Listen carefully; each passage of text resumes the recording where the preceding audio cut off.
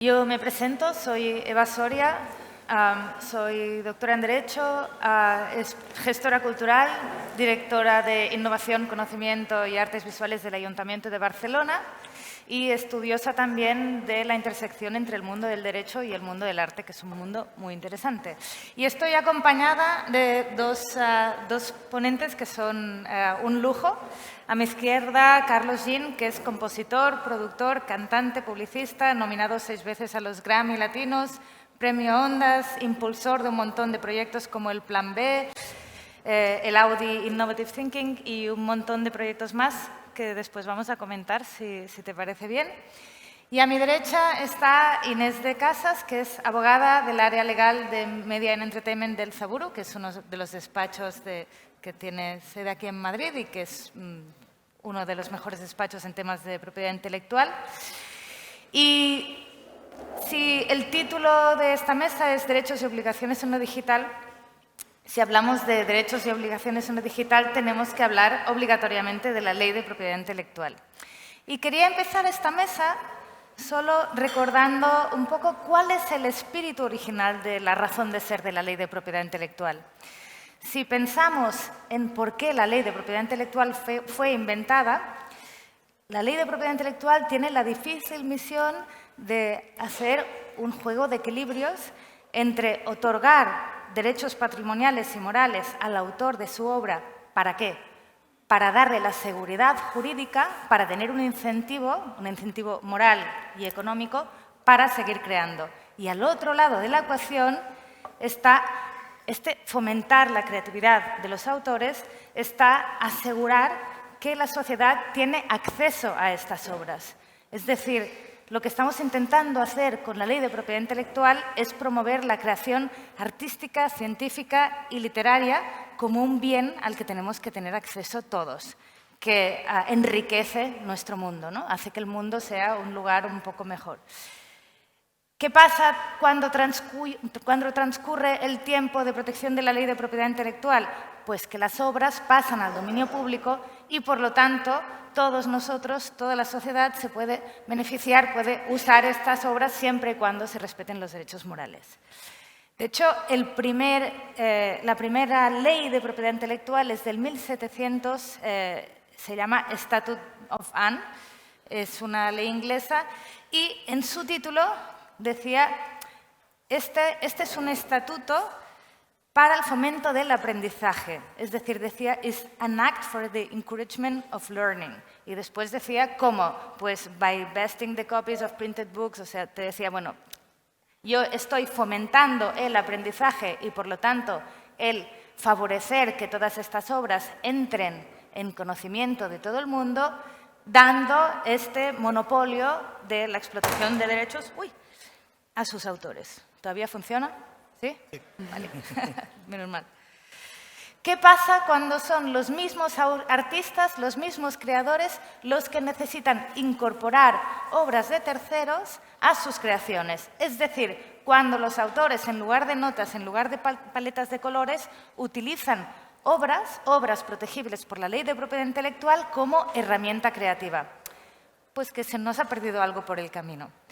La primera pregunta que le voy a hacer a Inés es ¿cuáles son los límites de la Ley de Propiedad Intelectual que permiten utilizar obras de un tercero sin pedir permiso? ¿Cuáles son estos límites? La Ley de Propiedad Intelectual española tiene una lista muy larga de límites cerrados y te pediría que te limites, nunca mejor dicho, a explicar los límites que pueden afectar a los creadores, como son el derecho de cita, quizás el derecho a panorama y la parodia, quizás. O sea, ¿en qué momento la ley deja que los artistas, en aras a la libertad de expresión y creación, utilice obras de terceros sin pedir permiso? Genial. Bueno, buenos días a todos. Muchas gracias, Eva, por la presentación y gracias a la Fundación Contemporánea y a la Fundación La Caixa por contar con nosotras para esta charla tan interesante que tiene un tema muy amplio y en este ratito nos dará tiempo a analizar una parte un poco pequeña y contando con vosotros como gestores culturales de instituciones públicas y privadas que sois uno de los garantes de los derechos de propiedad intelectual y que contribuís a la creación de cultura, ¿no? Pese a ello, no será ajeno que, aunque llevéis instituciones culturales, os lleguen reclamaciones por parte de autores o de titulares de derechos por el uso de obras protegidas, ¿no?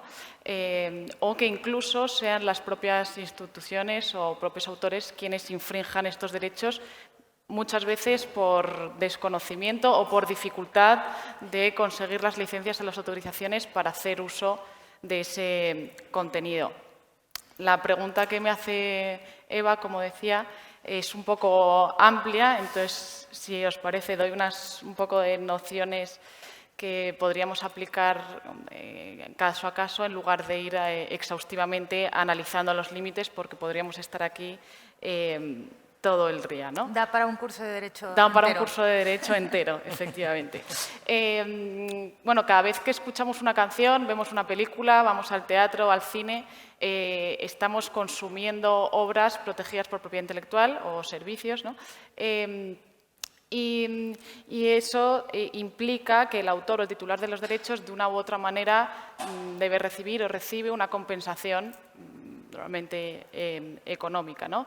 El precio, esta compensación es asumida por todos, por la sociedad, y estamos en el mercado de la cultura. Dentro del mercado de la cultura se reconoce también el derecho de propiedad y la libertad de mercado, que son derechos que se encuentran dentro de nuestra Constitución, y el acceso a la cultura es otro de ellos, como comentaba Eva, que está en el artículo, yo creo, 44 de la Constitución, ¿no? Que es el acceso a la cultura por parte de todos. Entonces, se trata de intentar jugar o buscar un equilibrio entre estos intereses legítimos. Una característica esencial de derecho de autor es que hablamos de bienes inmateriales, de bienes intangibles. Si bien es verdad que necesitamos un soporte para materializar la obra, porque las ideas no se protegen, lo que se protegen son la materialización de las mismas, debemos distinguir el bien inmaterial de su soporte, ¿no? Lo que explotamos o lo que podemos explotar es la obra. Pese a ser un bien inmaterial, como he dicho, se reconoce un derecho de propiedad, pero este derecho de propiedad no es absoluto. Por eso la ley recoge ciertos límites que vienen impuestos por directivas europeas, por la directiva, en este caso los que tenemos ahora implementados en nuestra ley, por la directiva 2001-29, que es de 2001, por eso probablemente se nos haya quedado un poco obsoleta para lo digital, ¿no? Pero estos, como decía, la propiedad está reconocida, no son absolutos estos derechos, y los límites que se recogen son supuestos mediante los cuales podemos hacer uso, o el usuario puede hacer uso de una obra sin necesidad de autorización por parte del titular, ¿no? Límites que seguro que os suenan, pues por ejemplo el derecho de panorama, que es el conocido como derecho de panorama, no se llama así en la ley, pero es el derecho o un límite que permite que se puedan explotar o usar obras que están permanentemente situadas en la vía pública, edificios, esculturas, y hago hincapié en permanentemente porque muchas veces pasa, por ejemplo, como hay obras, la de Plensa que está en Colón o las Meninas que de vez en cuando aparecen por Madrid, que no están permanentemente y entonces hay bastante polémica para saber si podríamos aplicar en ese caso este límite o no. Pero bueno, esto es simplemente un ejemplo.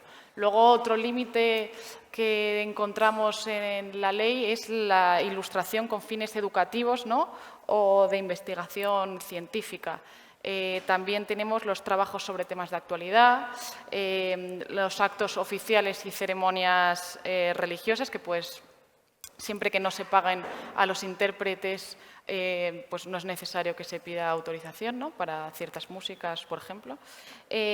O la reproducción o el préstamo y consulta de obras mediante terminales especializados en determinados establecimientos, por ejemplo. También están la cita y la parodia, que ahora si queréis entramos un poco más, que son los que me has preguntado con un poco más de detalle, ¿no? En derechos de autor y especialmente cuando hablamos de límites, no hay reglas específicas. Sí es verdad que la ley recoge esos límites, pero sobre todo desde la entrada de Internet es importante que tengamos en cuenta que no podemos dar nada por sentado ni aplicar la ley de una forma sin interpretar, ¿no? Tenemos que ir caso a caso. Muchas veces surgen casos que no habíamos visto antes y cuando llegan al Tribunal de Justicia de la Unión Europea o a nuestros propios tribunales se revisan y se interpretan porque no se sabe muy bien cómo aplicar, ¿no? La tendencia general marcada por el Tribunal de Justicia de la Unión Europea y sobre todo, como decía, con la irrupción de Internet, agudiza la necesidad de ir revisando caso a caso e ir poniendo en la balanza qué importa más, qué interés legítimo importa más o qué derecho legítimo importa más. Por ejemplo, el derecho a la intimidad, la libertad de expresión, el acceso a la cultura, el acceso a la información, a la investigación o la titularidad de los derechos de propiedad intelectual del autor. La ventaja de examinar caso a caso en el ámbito de la gestión cultural es que podemos dar por sentado que en principio, y no en todo caso, no hay un modelo económico detrás, una explotación comercial detrás, y simplemente cuando se va a dar acceso a la cultura, pues podemos dar por hecho que ese interés puede en muchas ocasiones ser predominante, ¿no? Por ejemplo, en el derecho de cita que me preguntabas, recogen ciertos requisitos que debes cumplir. Por ejemplo, la obra debe haber sido ya divulgada, ¿no? Debe ser fiel la cita que haces a la obra preexistente del autor y debe ser fiel al pensamiento del autor en su momento, ¿no? Se debe identificar la fuente y el autor, y es muy importante que debe ser siempre con un fin de análisis, de un comentario, un juicio crítico, ¿no? o de investigación, con fines docentes o de investigación. Entonces, es sobre todo la cita, se usa sobre todo en el ámbito literario, aunque también se puede usar en otros, ¿no? Sí, la pregunta del millón es si cuando utilizamos el derecho a cita para justificar el uso de una obra que no es propia dentro de una obra artística que estamos creando, queda recogido por este límite de derecho a cita o no. Si no te importa, ahora me voy a ir a Carlos. Genial. Y vamos a ver si los casos con los que él se ha encontrado entran o no entran dentro de estos límites de los derechos de autor. Y vamos a seguir. Genial. Contigo. Pues, Carlos, yo sé que tú has tenido algunas situaciones que te gustaría compartir aquí con nosotros que tienen bastante enjundia. Bueno, buenas tardes y muchas gracias. A ver, siempre hay una especie de… Cuando uno quiere salirse de lo normal, intentar crear nuevos modelos de negocio, crear nuevas aventuras, siempre te encuentras con una limitación, ¿no? Y mi reivindicación siempre ha sido que a mí me gustaría que la ley me acompañara, o sea, que la ley no usáramos leyes de 1700 basadas para poder crear modelos de negocio y poder desarrollarlos de una manera mucho más constructiva. O sea, yo en el año 2009-2010 más o menos, cuando llevaba ya 13, 14 años dentro de la industria de la música, en un formato más o menos implantado, donde pues hacía mis discos, hacía mis giras, de repente empiezan a aparecer ahí algo que lo llaman piratería, que de repente copian las canciones, que de repente aparece Internet. Y entonces yo decido salirme un poco, no romper, pero sí salirme un poco de la regla, porque en el fondo lo que está demandando la gente, el comportamiento de la gente, es absolutamente distinto. La manera de consumir, en mi caso, la música, los contenidos, es absolutamente distinto. Entonces te encuentras con una especie de lucha, ya no solo por tener que crear cosas distintas, sino que tienes una industria que está absolutamente asentada y que tiene un formato en el que puede generar una serie de beneficios. Y luego te encuentras con la pared legal, o sea, el muro legal con el que tienes que luchar, que la mayoría de las veces, o sea, yo, por ejemplo, con mi abogado se desespera, tengo dos, o sea, mi representante es abogada y mi abogado es abogado. Con lo cual, intentamos curar mucho la parte legal. Y aparte de tener esa idea, esa primera idea, ahora estamos aprendiendo mucho, porque cuando tenemos la idea, yo tengo que convencer a mi representante abogado y a mi abogado, les tengo que convencer de que quiero hacer una cosa diferente. Entonces, al margen de contar las historias donde yo me he encontrado con esos bloques, me parece mucho mejor hablar del futuro, de qué nos vamos a encontrar, porque la sociedad cambia constantemente y cada vez más rápido, porque además tenemos muchísimas herramientas nuevas que son muy buenas para poder crear. Entonces, dicho esto, y yéndome al pasado, cuando yo rompo con la industria y decido que voy a empezar a trabajar en Internet, hago unas reflexiones, como de repente nace la piratería y la mayoría de la gente empieza a quejarse, ¿no? de los artistas, de los creadores. Nos quejamos porque se está rompiendo un modelo de negocio, ese modelo de negocio que has explicado perfectamente, que es, oye, yo hago algo y esto genera un dinero y por este dinero pues al final puedo vivir. Pero muchos años antes ocurrió con la radio. O sea, cuando nació la radio, todos los músicos entraron en bucle y dijeron, la radio va a matar la música en directo. Y entonces había una especie de movimiento mucho más pequeño, porque evidentemente la capacidad de capilaridad que había antes era mucho menor que la que hay ahora. Ese movimiento fue muy llamativo a la hora de ese rechazo a la radio. Yo no quiero sonar en la radio, hay que hacer un derecho porque voy a sonar en la radio y voy a dejar de tocar. Sin embargo, ahora todos los músicos queremos, bueno, en 2009, queríamos estar en la radio. Queríamos estar en la radio y en la televisión, ahora queremos estar en Spotify. Entonces siempre tenemos una reacción primero que es el muro de lo legal. Y esto al final lo que hace es coartar la libertad creativa de una manera tremenda, porque ya la creatividad de por sí es compleja, porque tienes que encontrarte con algo y luego tienes que intentar que esa parte legal tenga la misma creatividad que tú, porque al final es un lenguaje muy complicado. Entonces, cuando hicimos, por ejemplo, el Plan B, el proyecto que mencionabas antes, de repente una marca, el poder asentarte en una marca para trabajar y tener casi todo el proyecto financiado, pues claro, nos generaba muchísimas trabas. Y además, Quizá nos puedes contar un poco qué era el proyecto Plan B. Sí. Yo lo conozco, pero así todos nos situamos. Sí, o sea, al final el Plan B era, la filosofía del Plan B era demostrar que la red no estaba llena de piratas, sino que la red estaba llena de talento.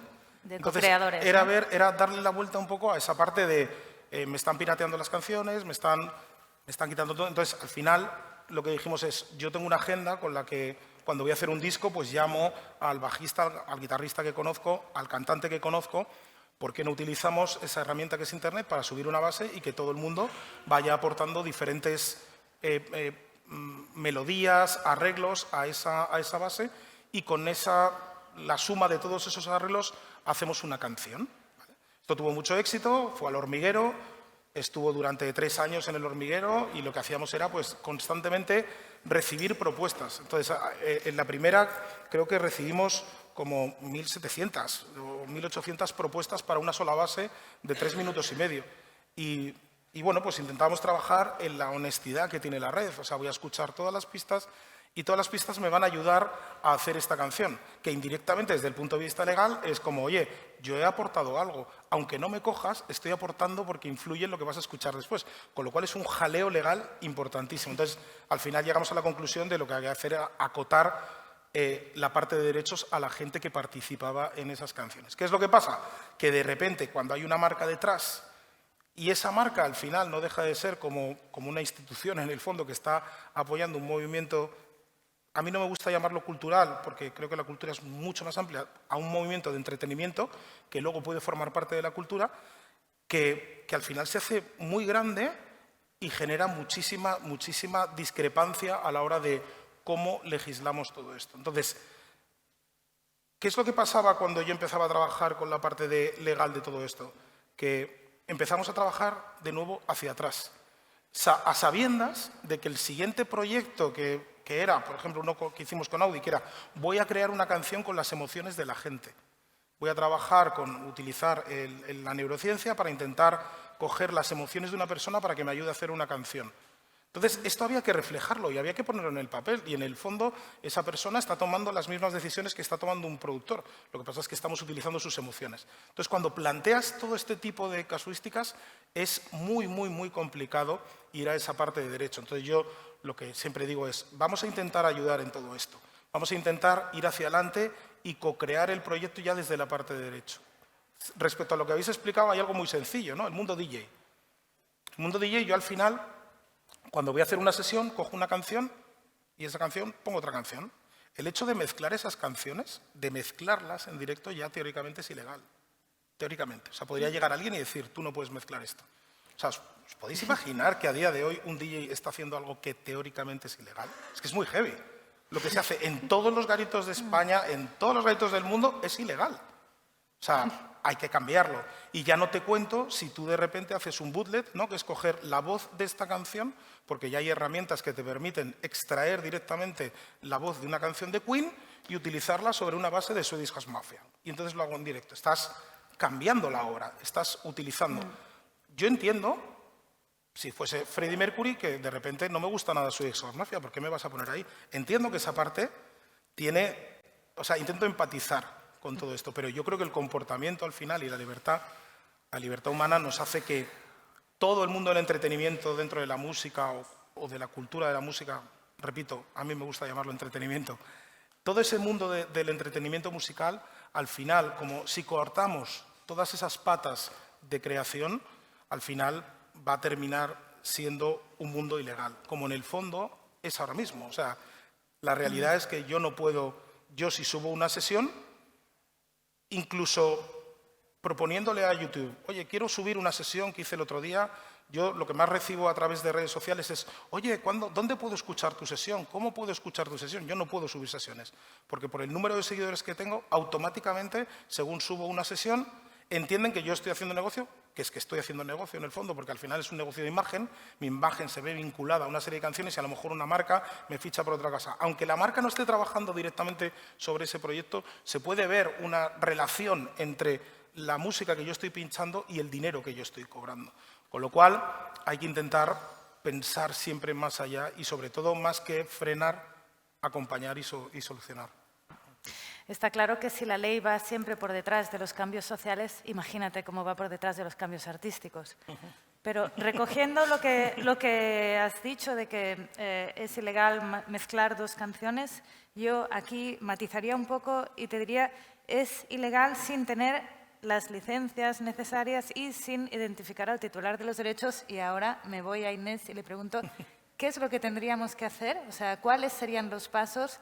El abogado de Carlos, ¿qué le tendría que aconsejar para que esto que está haciendo él no sea ilegal, tal como está diciendo Carlos? Bueno, evidentemente la seguridad siempre la tienes cuando tienes la autorización del titular de esos derechos, eso es evidente, pero para eso primero tienes que analizar qué derechos son los que tienes y cuáles son los que necesitas, porque en la música nos encontramos con, bueno, el problema o no problema, pero con la necesidad de solicitar tanto los derechos editoriales de una composición o de la letra, como los derechos de la producción fonográfica, ¿no? Entonces, a veces te encuentras con que los titulares de esos derechos no son los mismos. Claro. Y eso ya es el primer problema, porque tienes que buscarlos, encontrarlos, que se pongan de acuerdo y que te firmen las licencias con lo que eso conlleva económicamente o no, dependiendo del acuerdo al que llegues.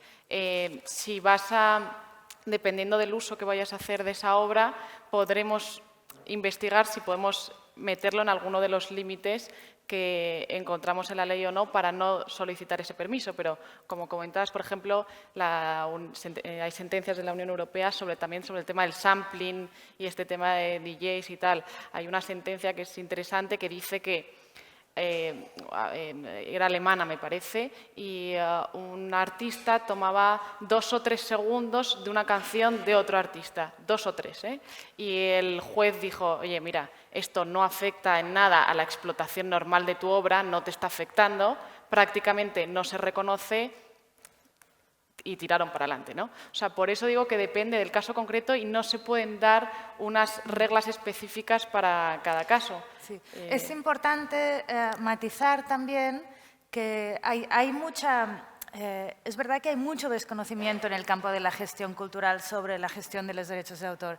Y muchas veces lo que pasa es que una sentencia de este tipo, la parte dispositiva que pone como son 2 o 3 segundos, entonces el sector dice, vale, 2 o 3 segundos, ahí tengo una pista. Y se empieza a correr la voz, si no son más de 3 segundos, se puede hacer. Exacto, no es así hay que para ir nada. caso a caso, Es muy importante saber que la ley de derechos de autor, los límites que nos dejan utilizar obras de terceros sin pedir permisos son cualitativos, no son cuantitativos. En ningún momento, si alguna vez oís menos de 3 segundos, más de 3 segundos, tantos compases, un trozo que sea así, así. Seguramente esto es que alguna sentencia del Tribunal de Justicia de la Unión Europea o el Tribunal Supremo, el Constitucional, ha dicho esto, pero no sirve para nada, no es un precedente para todos los casos. Porque, como dice Inés muy bien, cada uno de los casos se debe analizar de manera singular, ¿no? Sí, y luego también es importante evaluar la doctrina esta de la regla de los 3 pasos que nos sirve para analizar, ¿no? Cada uno de los límites. Y esta regla no lo podemos tomar como un límite, pero lo que nos dice, simplemente para interpretar la ley y para que el juez también pueda interpretar la ley, es que el uso que tú hagas no puede ir en detrimento de la explotación normal de las obras a las que se refieren el artista del que tomes un trozo de una canción o que vayas pinchando del final de una empiece con la otra, ¿no? Porque ahí estás haciendo una transformación de la obra y en puridad, con la ley en la mano, deberías pedir permiso, pero bueno. Y no deben causar un perjuicio injustificado a los intereses legítimos del autor o de los titulares de derechos, ¿no? Pues como decías, si hacías el ejemplo de Freddie Mercury, que igual no le mola que esté la canción porque le parece una horterada que esté en el disco de no sé quién, ¿no? Eso afecta a los derechos morales y también pues, habría que examinarlo, pero bueno. Sí.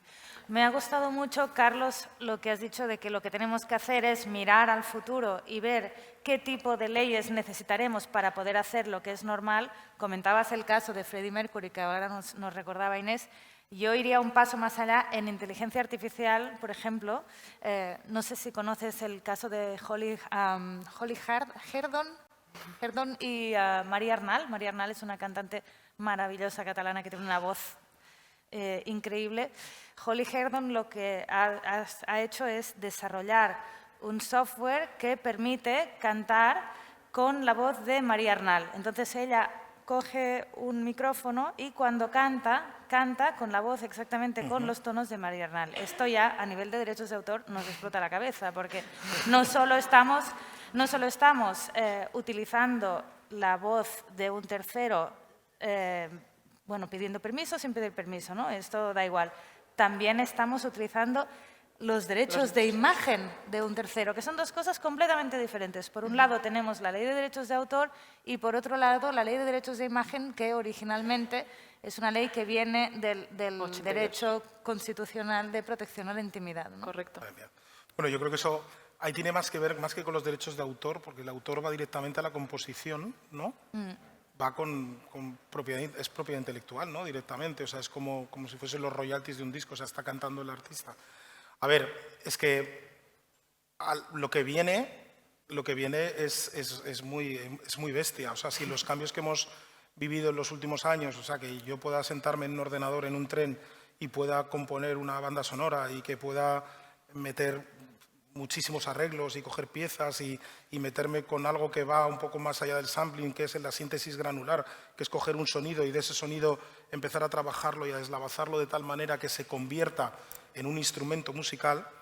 Esto es parecido. O sea, el otro día yo hice el ejercicio con inteligencia artificial de hacer unas sevillanas y es alucinante. O sea, es alucinante la letra.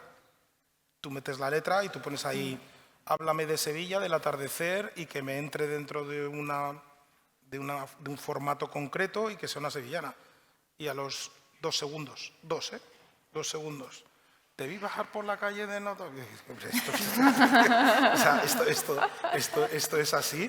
Quiero que me hagas un rap tipo Drake que tenga más o menos la misma rima, va a ir en un 4x4, no sé qué, no sé cuánto, en 2 segundos, una letra perfectamente tirada, pero además con mundos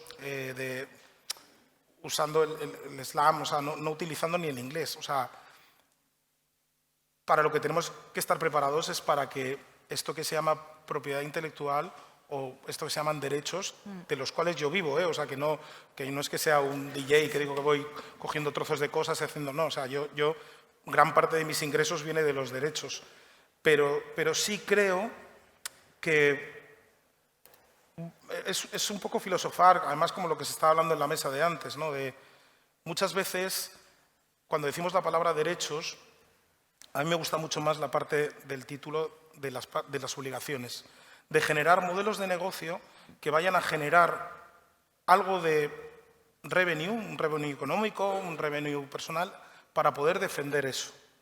No poner un muro porque pueda haber un derecho. Esto es muy importante. O sea, muchas veces estamos repartiendo el pastel mucho antes de que haya un beneficio. Entonces, siempre hay que pensar desde la parte de la parte mucho más efectiva. O sea, vamos a conseguir que esto genere algo, vamos a ver cómo lo repartimos. Porque si ya estamos protegiendo, ¿cómo explicarlo? Desde la parte del autor, el autor siempre va a estar protegido porque es el que ha hecho la obra. Yo como autor me presto a que esos derechos puedan tener un halo más de libertad, o sea, que se puedan utilizar con más facilidad, porque cuando hablamos de los 3 segundos, no es lo mismo 3 segundos de Carlos Jean que 3 segundos de Michael Jackson, que con 3 segundos de Michael Jackson sabes perfectamente que es Michael Jackson. Correcto. Con que haga ya, mira, es Michael Jackson. Yo puedo hacer lo que sea, que en 3 segundos no me va a reconocer nadie. Entonces, no es una cuestión de tiempo, es una cuestión de que realmente tiene que haber un pastel para repartir y hay que pensar en equipo, que es lo que yo intento hacer con mi equipo digamos, del marco legal de lo que estoy haciendo, cómo diseñar algo para que en el próximo proyecto no nos encontremos con todas estas trabas. Yo, por ejemplo, ahora estoy trabajando en cine, llevo 2 años trabajando muy en cine. ¿Ibas a decir algo?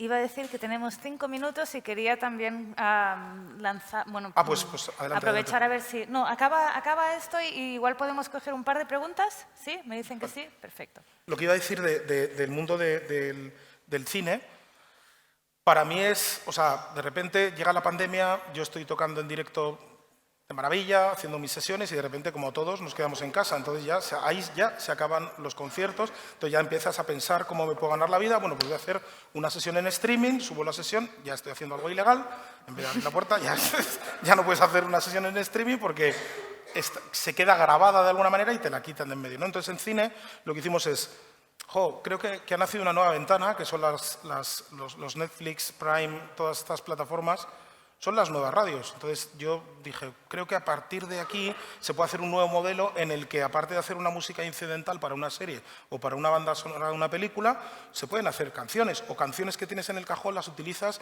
y a la vez esas canciones las utilizas sin que se hayan estrenado para que sea el estreno. En vez de estrenarlo en la radio o en vez de estrenarlo en Spotify, pues coges y lo estrenas en una serie. Vale, entonces yo cuento esto y de repente me encuentro que tengo pues, a Prime, a Netflix, a canal satélite digital o como se llame ahora, y por otro lado tengo a Sony, mi compañía, y tenemos que estar bregando entre 2 mundos de... Entonces ahí es donde me encuentro por primera vez con mi abogado, mi representante abogado y mi abogado diciendo, esto no se puede. Y yo decía, sí se puede. O sea, se puede hacer, vamos a hacerlo, vamos a intentar crear, nos va a llevar muchas horas, la minuta va a ser mucho mayor, pero tenemos que conseguirlo, porque al final es como una gran ventana donde podemos trabajar, ¿no? Yo, ya recogiendo lo que nos habéis dicho los dos, yo creo que al final podemos llegar a la conclusión de que las pretensiones de los artistas no se ajustan al 100% con las pretensiones de lo que el legislador piensa que es lo que necesita el artista, ¿no? El caso de María Arnal y Holly Herndon, que he mencionado antes, son 2 artistas que se ponen de acuerdo entre ellas y desarrollan una tecnología que permite a la una cantar como la otra, ¿no? Que esto, cuando lo hablas con los juristas, te dicen peligro, peligro, ¿no? Aquí, ¿qué va a pasar con esto? En realidad, la tecnología va por delante bueno, los artistas utilizan la tecnología para crear y la legislación, el marco legal continúa pensando en términos muy del siglo XX, muy analógicos todavía.